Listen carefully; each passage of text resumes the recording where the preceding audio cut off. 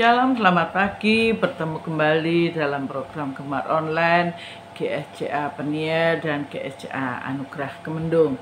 Gemar pagi ini Kamis tanggal 10 Oktober 2024. Gemar hari ini terambil dalam pembacaan rutin kita dalam Markus 14 ayat 3 sampai dengan 9.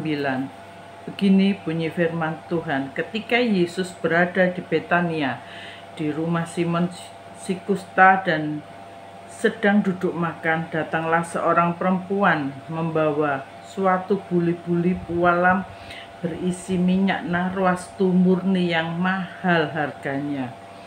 Setelah dipecahkannya leher buli-buli itu, dicurahkannya minyak itu ke atas kepala Yesus.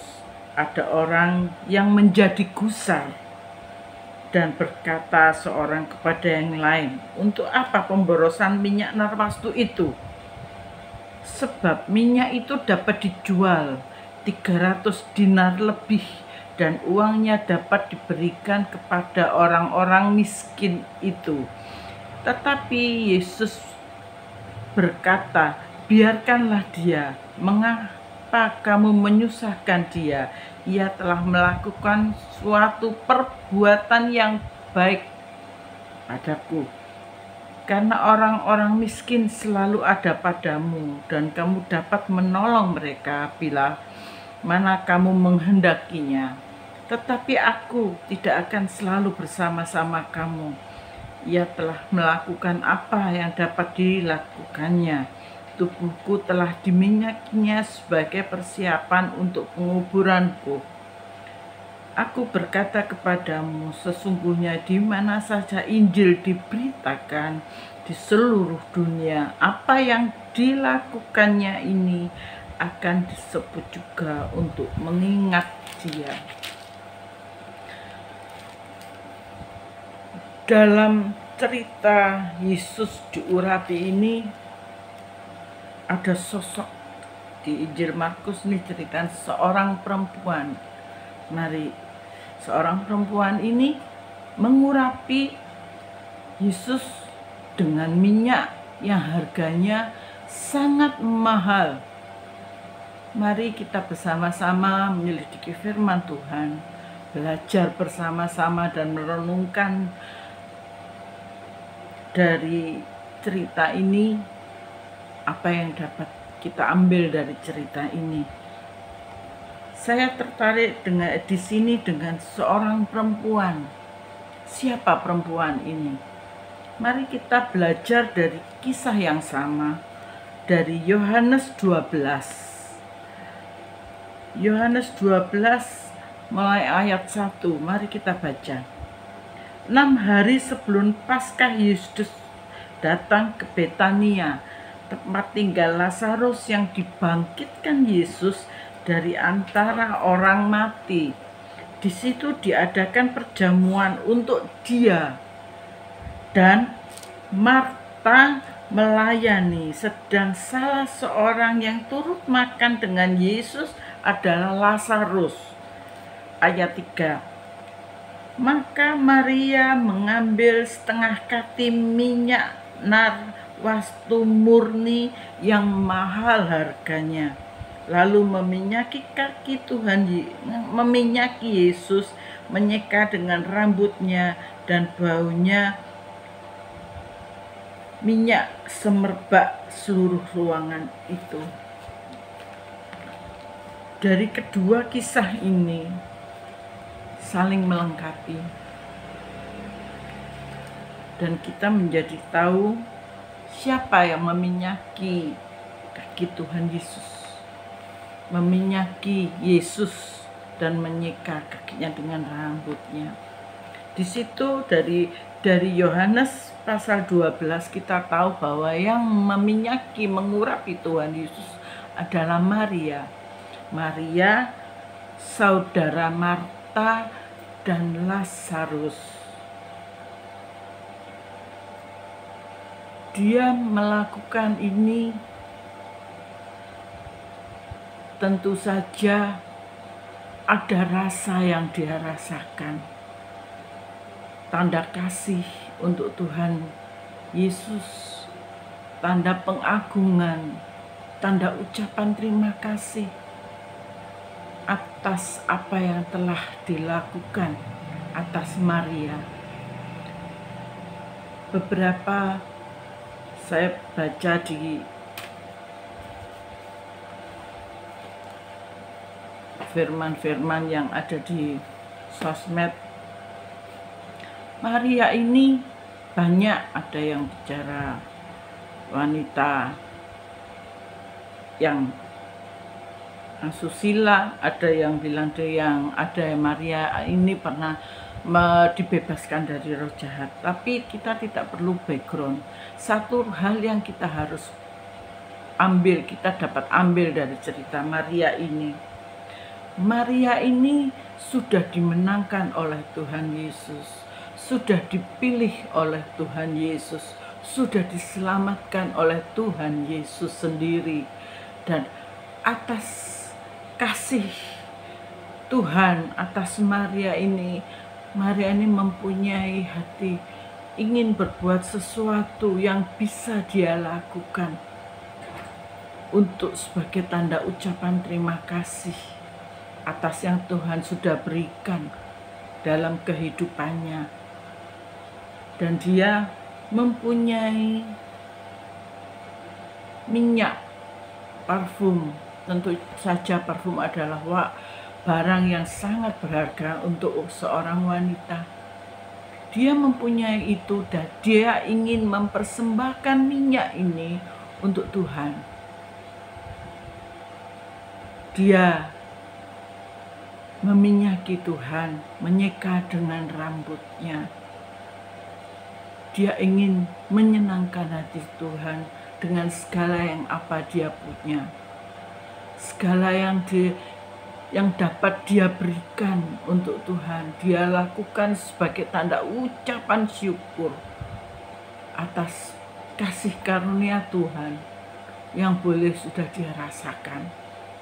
Meskipun atas tindakannya ini banyak gunjingan di belakang, tapi Tuhan dan Maria ini tidak ambil pusing dengan gunjingan orang. Bahkan Tuhan mengatakan biarkan. Dia ingin berbuat sesuatu untuk mempersiapkan hal yang harus Tuhan lalui. Persiapan tanda penguburan Tuhan, penyaliban Tuhan sebagai tanda kasih Tuhan atas umat manusia. Proses penyaliban, proses penguburan yang harus Tuhan jalani untuk menebus kita seluruh umat manusia. Atas tindakan Maria ini, bahkan beberapa murid-muridnya marah. Beberapa murid-muridnya menggunjingkan di belakang. Untuk apa pemborosan itu? Lebih baik diberikan sama orang miskin, kata murid-muridnya. Tapi Tuhan tidak mendengarkan, bahkan menjawab, memberi pembelaan atas Maria, apa yang dilakukan Maria. Dia sudah mempersiapkan apa yang akan terjadi di depan, yang harus Tuhan lakukan dan Tuhan hadapi. Itu yang Tuhan bela.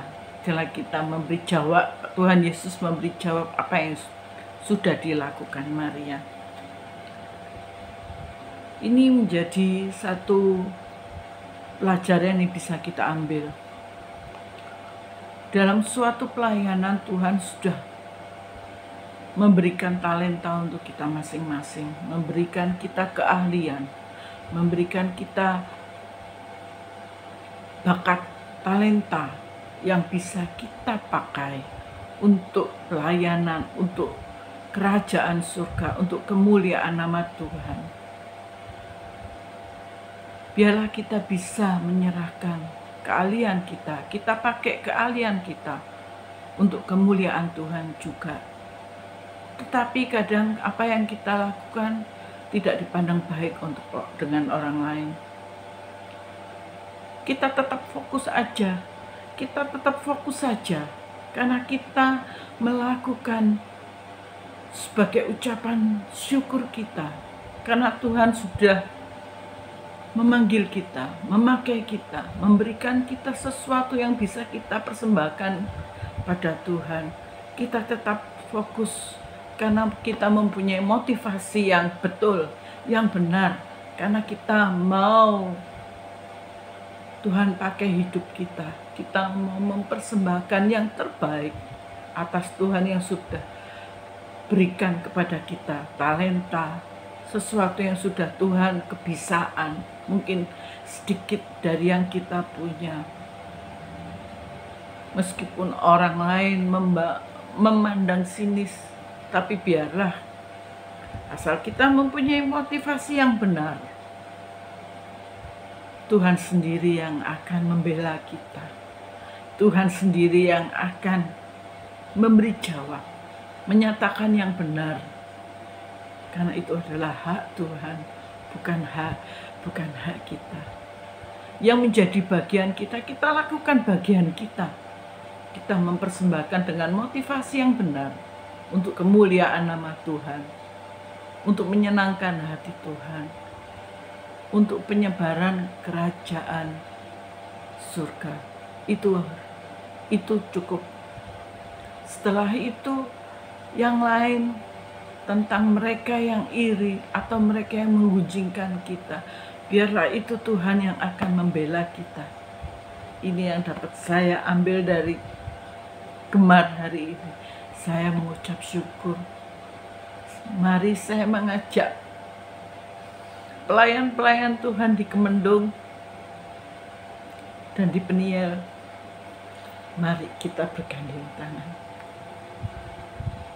Kita lakukan semuanya untuk kemuliaan Tuhan, bukan kemuliaan diri kita sendiri. Kita ingin menyenangkan hati Tuhan. Kita ingin menyembah, meninggikan nama Yesus. Kita ingin menyebarkan kabar keselamatan. Biarlah hati Tuhan disenangkan dan kita tidak usah ribut dengan yang menggujingkan, membicarakan kita di belakang, asal kita mempunyai motivasi yang benar.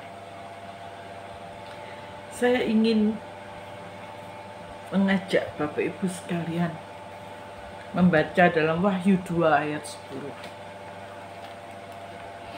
Wahyu pasal 2 ayat 10. Jangan takut terhadap apa yang harus engkau derita.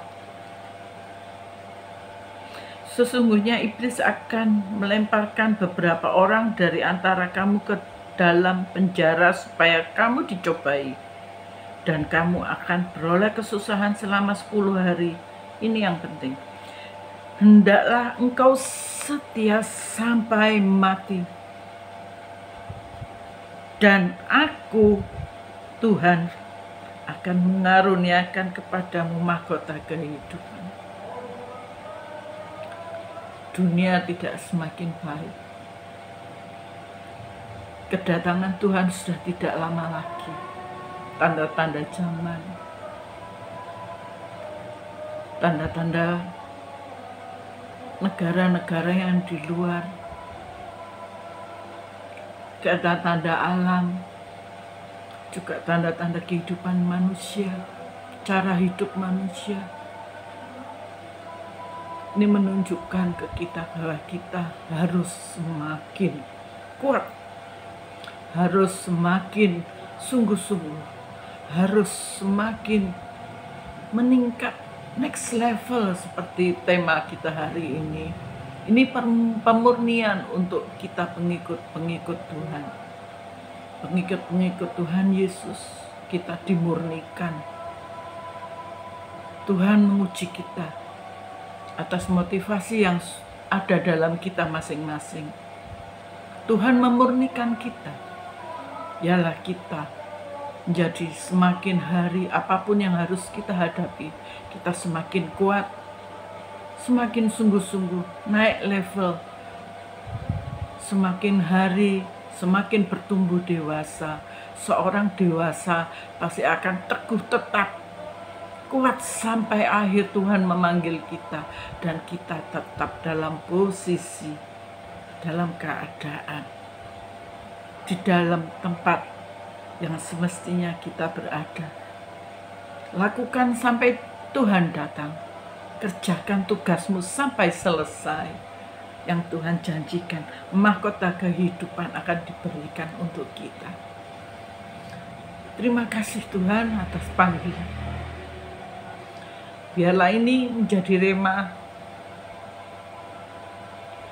dalam sepanjang hari ini kita lakukan kegiatan kita. Biarlah apa yang semua yang kita lakukan hanya untuk kemuliaan nama Tuhan, dan kita melakukan yang terbaik, yang bisa menyenangkan hati Tuhan, yang bisa kita lakukan. Terima kasih. Mari kita berdoa. Tuhan Yesus, terima kasih untuk semua yang sudah Engkau lakukan untuk hidup kami. Tuhan, kami tidak bisa dan belum bisa menyenangkan hati-Mu. Mungkin karakter kami, apa yang kami persembahkan, mungkin kami masih kurang di hadapan-Mu. Ampuni kami Tuhan, ajarin kami untuk kami bisa lebih hari, lebih baik, lebih bisa menyenangkan hati-Mu, bisa membuat Engkau Tuhan berkenan atas apa semua yang kami lakukan. Terima kasih Tuhan, pimpin kami, sertai kami dengan kuasa Roh Kudus-Mu, hingga kami bisa mempersembahkan yang terbaik untuk kemuliaan Nama-Mu. Pimpin sertai kegiatan kami dari pagi, siang, hingga malam nanti. Dan kegiatan kami alaskan hanya dalam nama Tuhan Yesus Kristus. Engkau Allah kami, Juru Selamat kami yang hidup. Haleluya, amin. Terima kasih, Tuhan memberkati. Salam bergema. Amin.